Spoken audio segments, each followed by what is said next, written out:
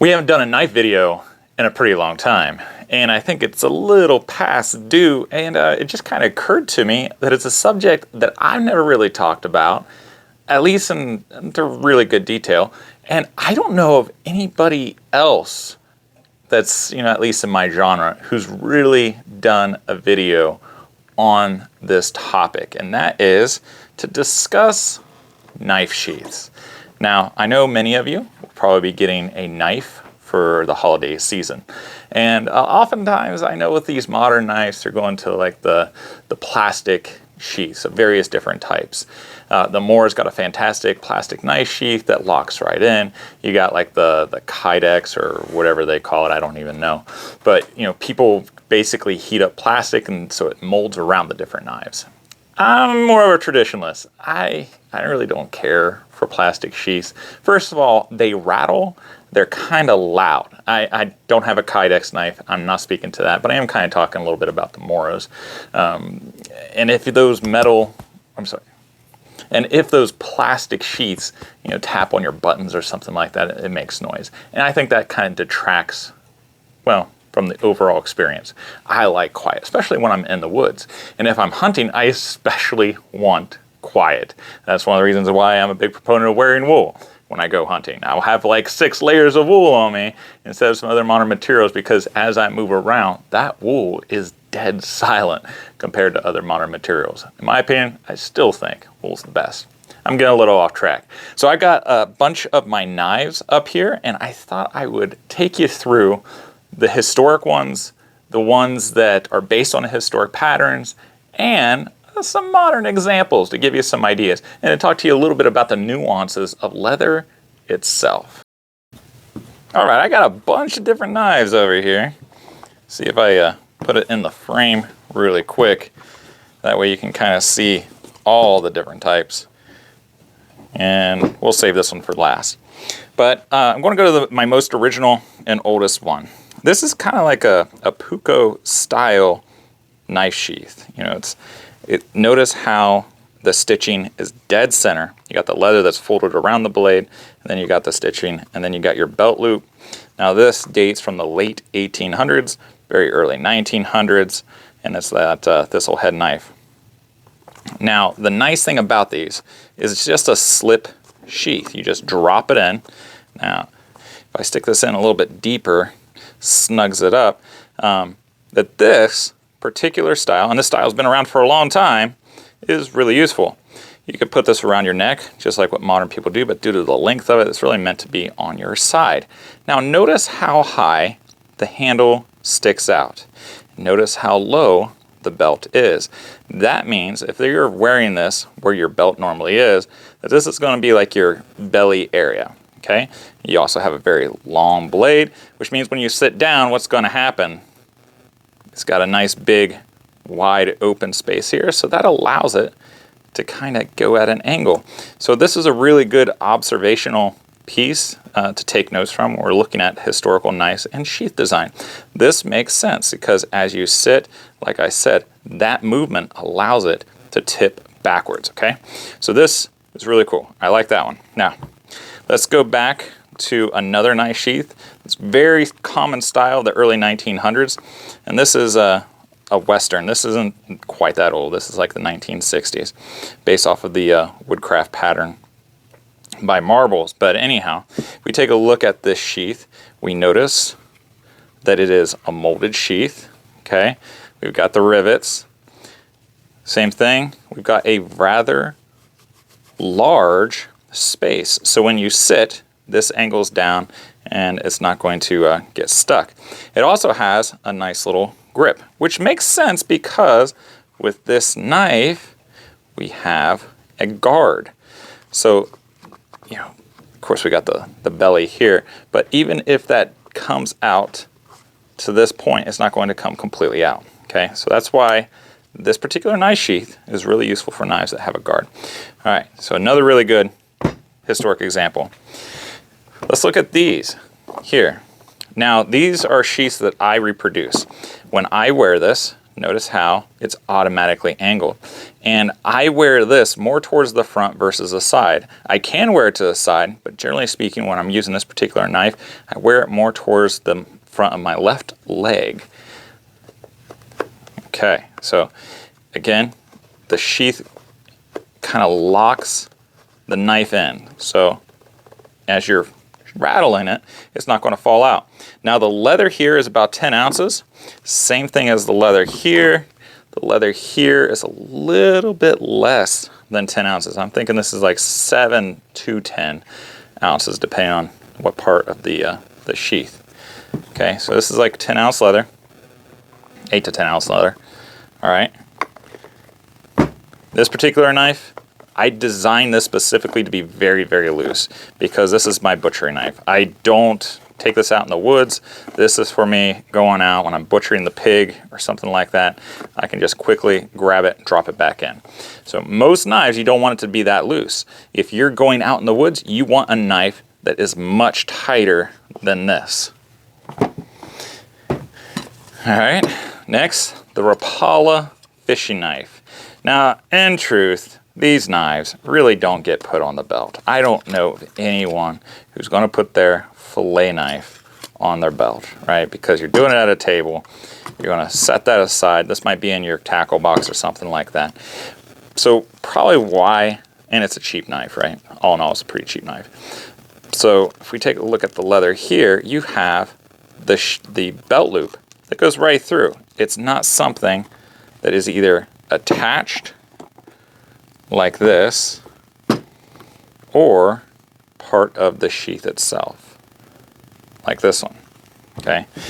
So when it comes to cost savings, this is the easiest, this is the cheapest. If you're getting new to making sheaths or something, this is a great way to kind of get started because it's super basic.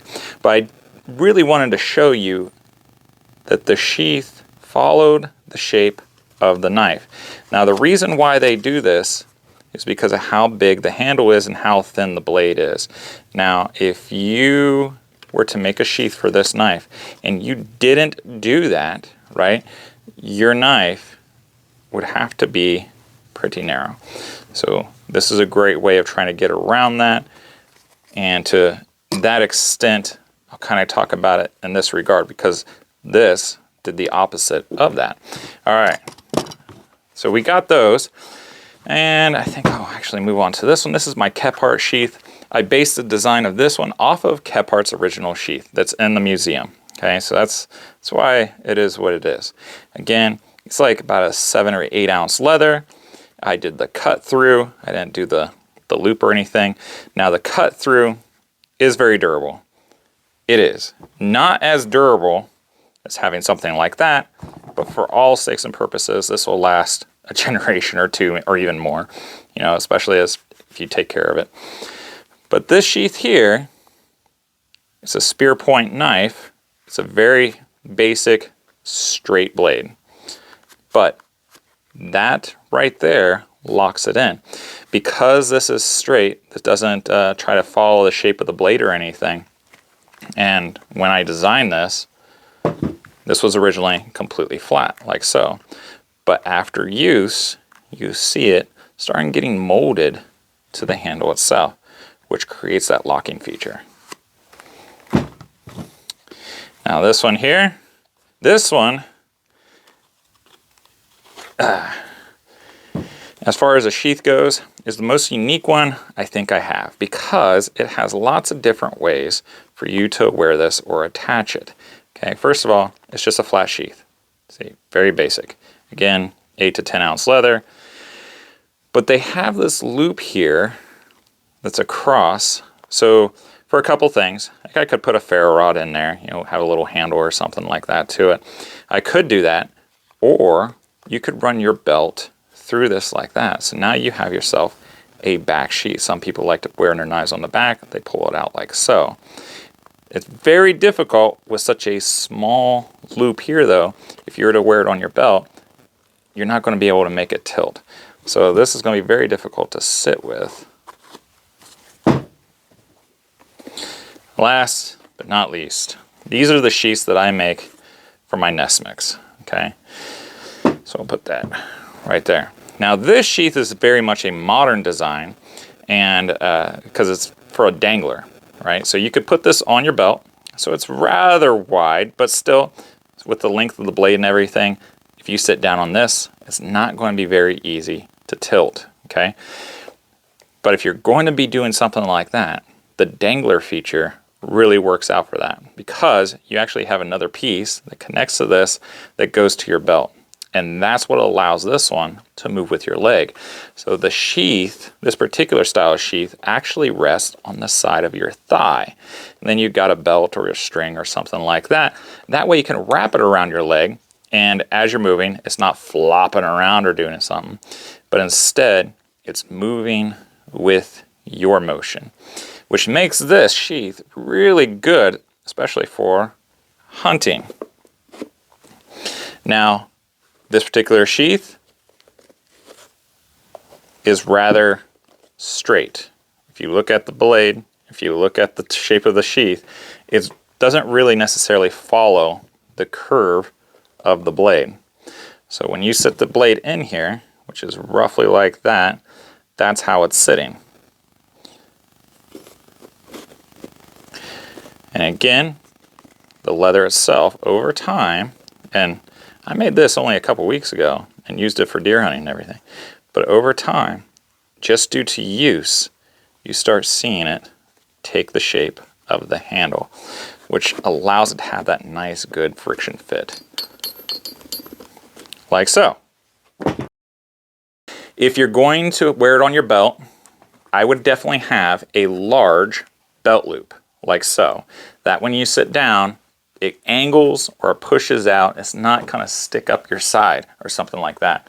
This right here, this is not very good for that because it's very, very narrow. But this one, perfectly fine. If you're going to wear it on your back, then having a loop like that is on your back, and that takes care of your whole sitting down problem because it's horizontal against your back. And then there's this one, which is the dangling style sheath. I really like the dangling style sheath, especially when I'm hunting or when I'm butchering, because it's right down here like a holster. Like when I put my arm down, I can grab my knife. I'm not grabbing it way up here. When it talks about the position of your knife, since this knife, like this, sits right here, this is perfect. I can stick it directly in. Again, my legs, if I'm sitting down, it's not going to get out of the way because of that angle of the loop. This, on the other hand, is going to be on the side, one way or the other.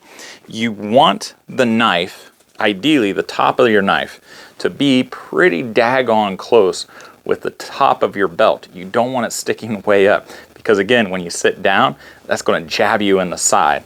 This particular knife right here, honestly, it does kind of get me in the side if I sit down.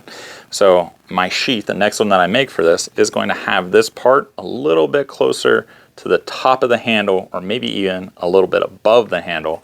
So it'll be lower, and then I can just grab it. You want it to be comfortable to grab, especially if you are trying to be quiet, or especially if you are trying to make as little movement as possible out in the woods. That's certainly the case, especially when you're hunting. Having something like this that dangles but connects to your leg, completely follows your motion and everything like that, is really nice as well. So I hope you learned a little bit from this video. If you did, please click like. That way it helps other people find it, and you'll be doing them a service, especially if they're really confused about knife sheaths or knives or something like that, or they're just wanting to upgrade their kit a little bit and find a leather maker to make them a knife, or they're wanting to take up a new hobby. And if you want to get on my list to get a Preston mess kit, because I need 500, right up to 100 right now, so we're a fifth of the way there. Thanks to all of you who are sharing or spreading the word or signing up, and we can really make this a reality. But if you're interested in getting yourself a Preston mess kit, in the description box below, there's a sign-up sheet. You go on there, you put your name, put your email in there. But on the Camp Crafters Guild, we have lots of awesome people on there, and we want you to be on there as well. That way you can experience the collaboration, the fun, the learning, things like that, and try it out for 5 days. You know, it's a great group of people. We're constantly sharing each other different tips, tricks, artifacts. It's just fantastic, okay? Things that you just can't do on Facebook or other groups. Now, if you want to see my video about the Press and Mess Kit, click here. If you want to see my playlist of all the camp crafting videos that I've done, then check it out here. Give a kiss note to your loved ones, and I'll see you guys next time. Take care.